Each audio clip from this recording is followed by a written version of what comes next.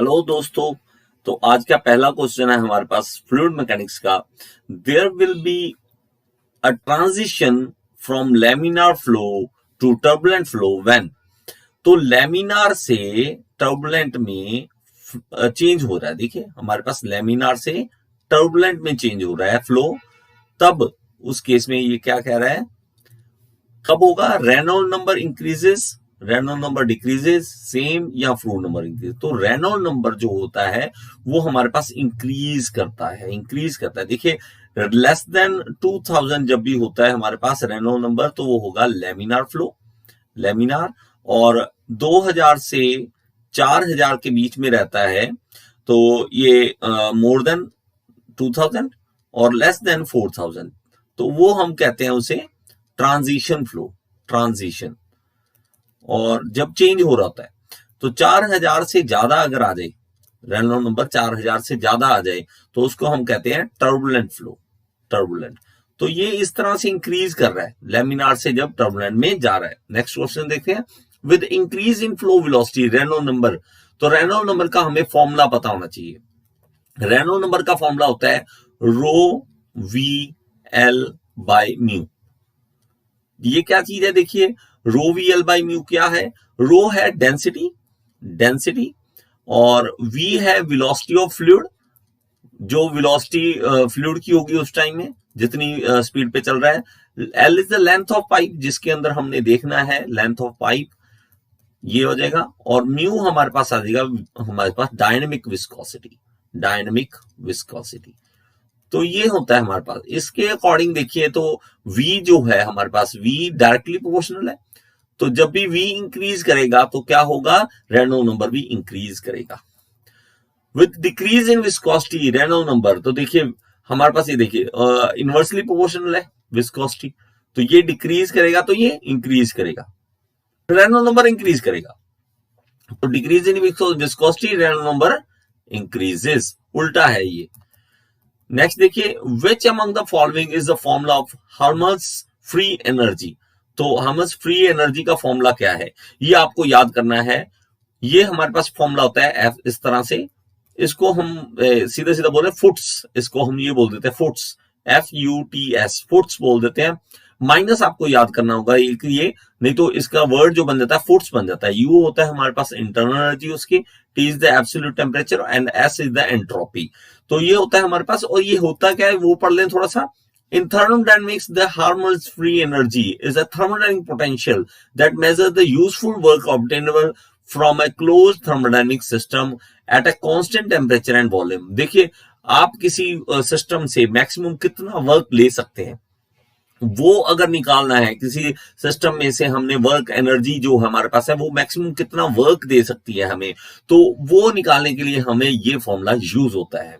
तो फोर्स आपने याद रखना है, ये फॉर्मूला हमारे पास होता है। What is the unit of Helmholtz free energy, तो वही जो हमारे पास ये था फॉर्मूला। तो इसके यूनिट्स क्या है वो पूछ रहा है। तो यूनिट्स देखिए एनर्जी है, एनर्जी के हमें याद रखने हैं, तो वो हमेशा जाउल में होता है, जाउल में एनर्जी होती है, तो joule is the right answer. Which among the following is the formula for Gibbs free energy, तो Gibbs free energy के लिए भी आपको ये याद करना पड़ेगा। तो इसमें भी हमारे पास क्या है फॉर्मूला, ये वाला है। तो हमारे पास गिब्स फ्री हम एनर्जी कुछ इस तरह से लिखते हैं H minus T delta S। तो ये भी हमारे पास ये होता है कि मैक्सिमम वर्क ऑब्टेनेबल, तो हम कितना वर्क ले सकते हैं मैक्सिमम किसी सिस्टम से, उतनी एनर्जी को वर्क में कन्वर्ट कर सकते हैं। तो ये हमारे पास फॉर्मूला होता है। देखिए इसको याद करने के लिए आप कुछ ऐसा करें कि इसकी कोई ना कोई लाइन बना लें, जिससे आपको ये रटिफिकेशन में काम आ सके कि जी कहाँ है, एच कहाँ है, टी कहाँ है, एस कहाँ है, कोई ना कोई बन जाती है लाइन। तो आप अपने देखिए कोई ना कोई बन सकती है, तो कमेंट बॉक्स में बताएं कि आपने इसको किस तरह से याद कर रखा है। तो ये होता है enthalpy, T is the temperature, absolute temperature, and S is the entropy. Gibbs free energy is also known as, तो क्या कहते हैं गिब्स फ्री एनर्जी को और क्या नाम से जानते हैं? तो ये हमारे पास ऑप्शन है, तो इसका राइट आंसर है फ्री एंथैल्पी। तो फ्री एंथैल्पी के रूप में हम इसको जानते हैं। What is the unit of Gibbs free energy, फिर अकॉर्डिंगली जो मैंने पहले बताया, तो एनर्जी के यूनिट्स क्या होते हैं हमारे पास, joule. The performance of a flow device is expressed in terms of, तो हमारे पास फ्लो डिवाइस है कोई, तो उसकी परफॉर्मेंस चेक करने के लिए हम क्या करते हैं, किस में टर्म्स में देखते हैं, तो हमारे पास एडियाबैटिक एफिशिएंसी, आइसेंट्रोपिक, थर्मल या मैकेनिकल, तो आइसेंट्रोपिक एफिशिएंसी से आप देख सकते हैं।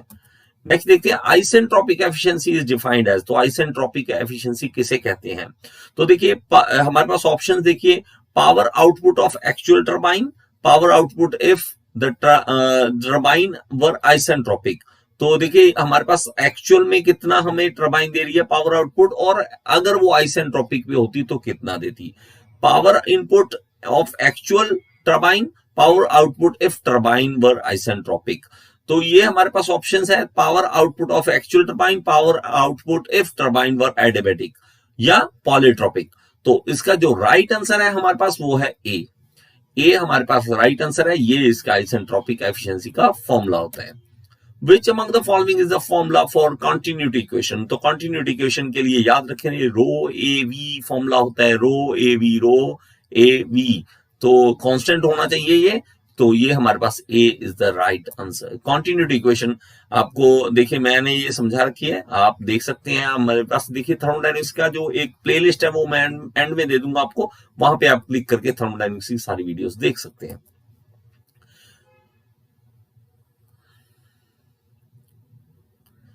What is v square by 2 in the equation of control volume in the space? तो v square by 2 क्या होता है, देखिए हाफ एम वी स्क्वायर, ये फॉर्मूला आपको पता है, हाफ एम वी स्क्वायर किसका होता है, काइनेटिक एनर्जी का, लेकिन अगर हम उसको मास से डिवाइड कर दें, पर यूनिट मास के लिए देख लें कि एनर्जी कितनी है, काइनेटिक एनर्जी कितनी है, तो वो क्या आ जाएगी पर यूनिट मास, तो हमारे पास ये फॉर्मूला बनता है काइनेटिक एनर्जी पर यूनिट मास का। तीन क्वेश्चन है, sum of enthalpy and kinetic energy remains a constant, तो किसमें रिमेन्स कांस्टेंट रहता है, कांस्टेंट रहता है ये एंथैल्पी और काइनेटिक एनर्जी का सम, तो ये हमारे पास पॉलीट्रोपिक फ्लो, आइसेंट्रोपिक, एडियाबैटिक या मैकेनिकल, तो एडियाबैटिक फ्लो में ये कांस्टेंट रहता है, एंथैल्पी और काइनेटिक एनर्जी का सम हमारे पास कांस्टेंट रहता है। Bernoulli's equation can be directly applied to viscous flow, तो हम क्या विस्कस फ्लो के लिए बर्नौलीज इक्वेशन को यूज कर सकते हैं, तो इसका राइट आंसर हमारे पास है नहीं, हम इनको नहीं यूज कर सकते, ये नॉन विस्कस फ्लो के लिए हम इसको यूज करते होते हैं, बर्नौलीज इक्वेशन को विस्कस फ्लो के लिए हम इसको यूज नहीं करते हैं। फॉर एन आइसेंट्रोपिक फ्लो के लिए क्या कंडीशन होती है, enthalpy zero, entropy zero, pressure zero या टेम्परेचर जीरो, तो entropy should be zero, isentropic इसके नाम में ही छुपा हुआ है, इसका मतलब एंट्रोपी कांस्टेंट होनी चाहिए, तो entropy change of entropy should be zero.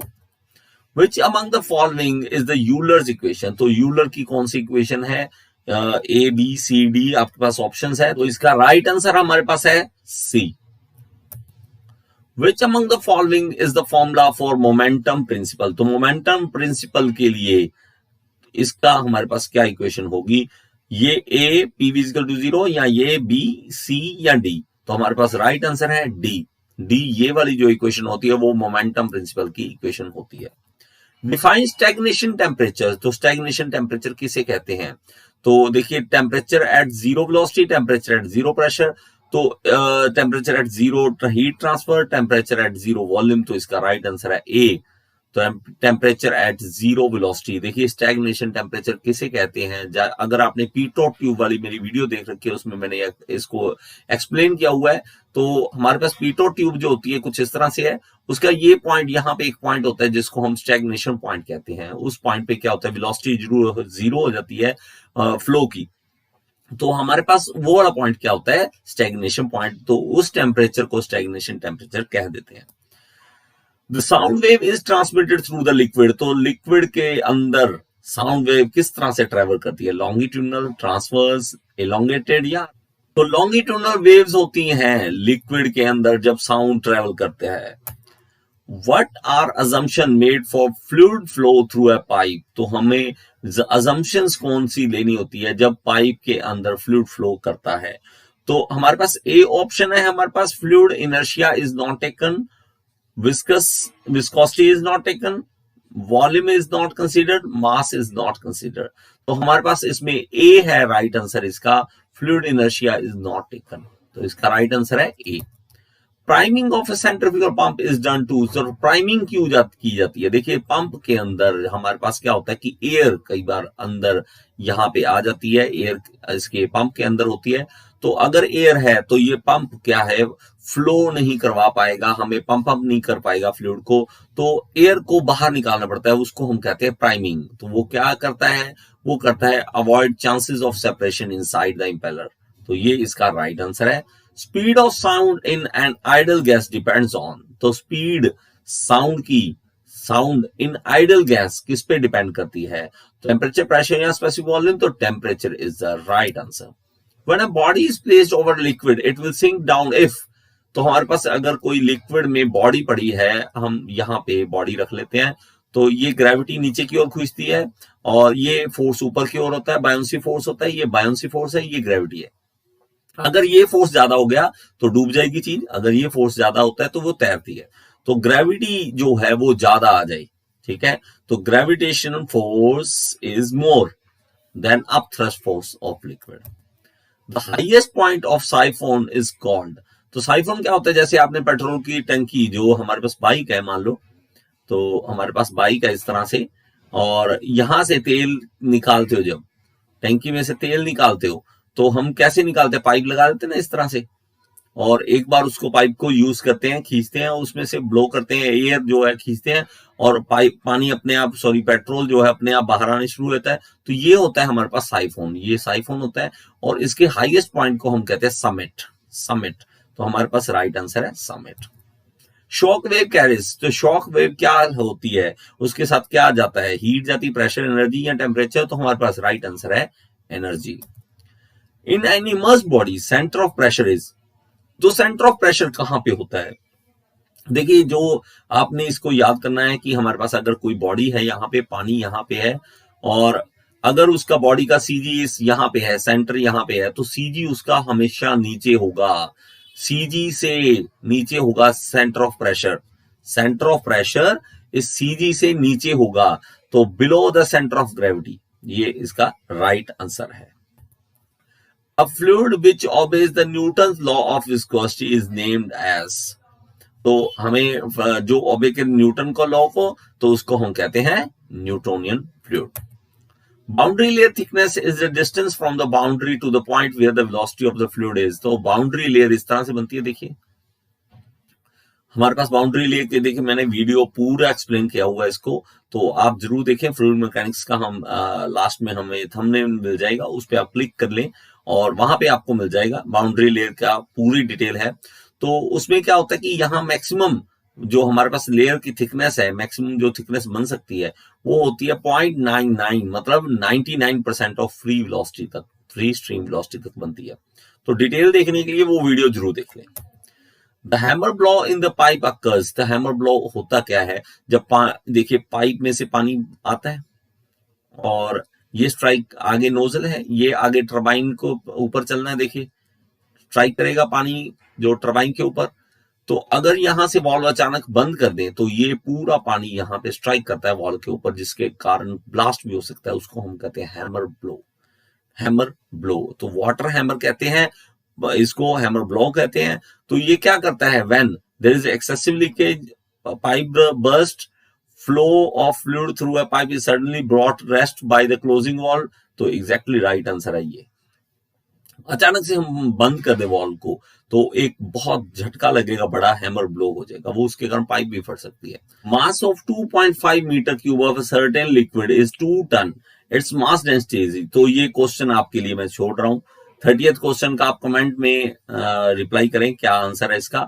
मेरी पढ़ाई और ज्यादा अगर वीडियोस देखना चाहते हैं तो यूट्यूब के सर्च बॉक्स में लिख दीजिए टॉपिक का नाम और साथ में लिख दीजिए गेयर इंस्टीट्यूट। अगर उस टॉपिक में मैंने वीडियो बनाई तो आपके सामने आ जाएगी। Thank you so much.